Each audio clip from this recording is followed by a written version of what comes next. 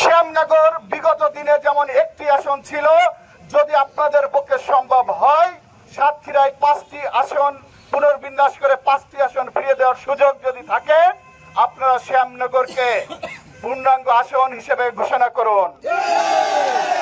যদি সে সুযোগ আপনাদের কাছে না থাকে, কোন ব্যক্তি বিশেষ বা কোন দলকে, কোন ধর্ম ব্যবসায়ী গোষ্ঠীকে সুবিধা দেওয়ার জন্য যদি এই সিদ্ধান্ত নিয়ে থাকেন, তৎকালীন মঈনুদ্দিন ফখরুদ্দিন যেমন ফ্যাসিস্ট হাসিনাকে সুবিধা দেওয়ার জন্য বাংলাদেশের 108-এর অধিক আসনকে পুনর্বিন্যাস করেছিল, আপনাদের উদ্দেশ্য যদি তেমন থেকে থাকে বিশেষ কোন দলকে সুবিধা দেওয়ার জন্য, আমি বলবো সেই মনোবাসনা আপনারা পরিত্যাগ করুন।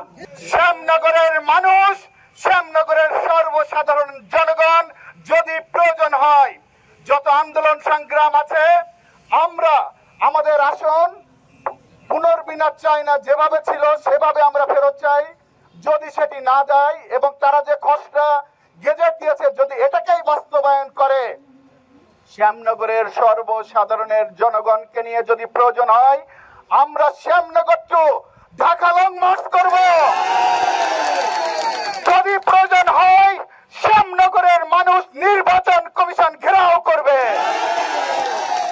আমরা আমাদের দাবি, আমাদের চাওয়া, আমাদের আন্দোলনের মধ্য দিয়ে আমরা আদায় করে ঘরে ফিরবো ইনশাআল্লাহ।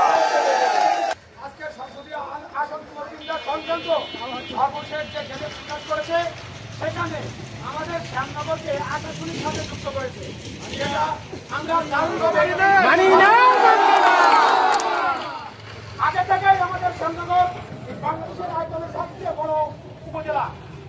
আমাদের শ্যামনগরের অনেক রকমের এলাকা, এর সাথে আশাশুনিও অনেক বড় একটা এলাকা এবং দুর্যোগ এলাকা, দুর্যোগ প্রবণ এলাকা। এই বিশেষ একটা দলকে সুবিধা দেওয়ার জন্যই এই ধরনের একটা ঘটনা ঘটানো হয়েছে। আমরা এটা তীব্র প্রতিবাদ এবং নিন্দা জানাই। আমরা অবিলম্বে সংসদীয় আসন পুনর্বিন্যাস সংক্রান্ত এই গেজেট বাতিল করে